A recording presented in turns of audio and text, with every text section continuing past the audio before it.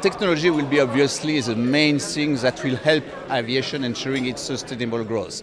Technology will start with aircraft design at the level of aerodynamic, at the level of weight saving, at the level of integration of the various technologies within the same aircraft. Just to give an example, some years ago with the same technology we would have done probably a less good aircraft that we do today because we have much more computer models, tools and things like that really help getting the best of all the technologies available, and in addition we are working hard and developing even more efficient technologies.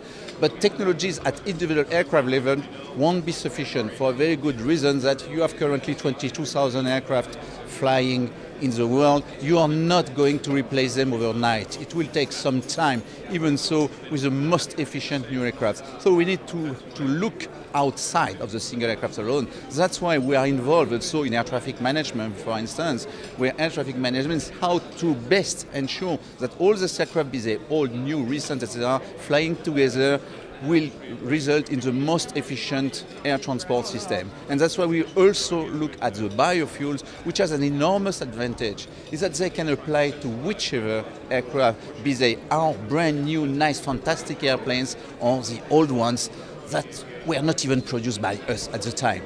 So this is really where we are working on the three axles, but they all include a huge proportion of technology. You won't get into a new air traffic system without new technology. You need to have permanent cooperation between the aircraft and the ground on this particular aspect.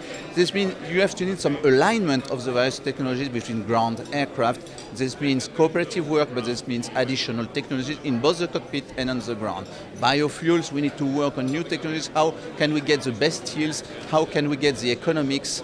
And that's all I have to say. Technology will be at the heart, really, of the new business, as it has always been in aviation. What's the biggest challenge for you from your perspective of biofuels? For me, the main challenge for biofuels is sustainability. How can we ensure that we are not going to have to grow such enormous quantities of feedstock that it would make the whole thing unsustainable, competing with food and things like that. Transferring our problem onto others. This being said, I'm optimistic. When you look, for instance, at this directive in Europe that stipulates that 10% of our transport fuels or energy should be from renewable sources, well, 10%, it's what we need for 100% of our needs. So aviation in itself is not demanding so much. And probably what we need is to obtain from politicians some priority access to biofuels for aviation. As some people say in the panel, other transport sectors, they can go to electricity, they can use other ways of dealing with energy, while we will continue have to use liquid fuels, be they kerosene or biofuel, for a long while. If you can limit to some extent the usage of the feedstock and the biofuel to aviation, then it's fully sustainable and it will really help aviation ensuring its sustainable growth. We need also to make sure that sustainability criteria are clearly defined. Because we cannot on one hand say, please investors, come and invest billions of euros or dollars, if on the other hand we are telling them, and by the way, sustainability criteria you will have to abide with may change in 2 or 3 years' time. Governments are progressing in the right direction. It's slow, as usual, when you are dealing with all governments of the whole planet.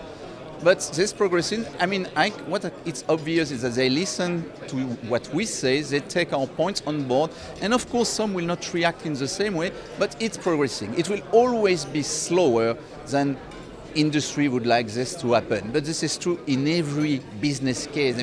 Government action is always slower than what industry would like to achieve.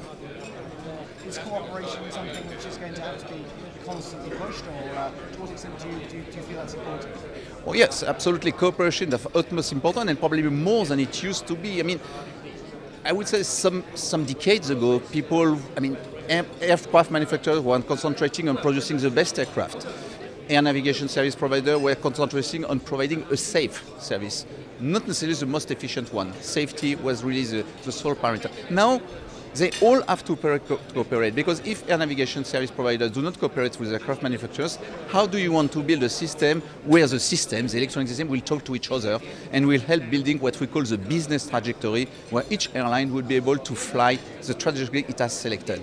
This is neither the aircraft alone nor the ground systems alone. This is the combination of all. Same with biofuels. Of course, when fuel producers come to us, we have to test them on the engines, on the fuel systems, and this requires cooperation. Nobody can do it in isolation, more and more.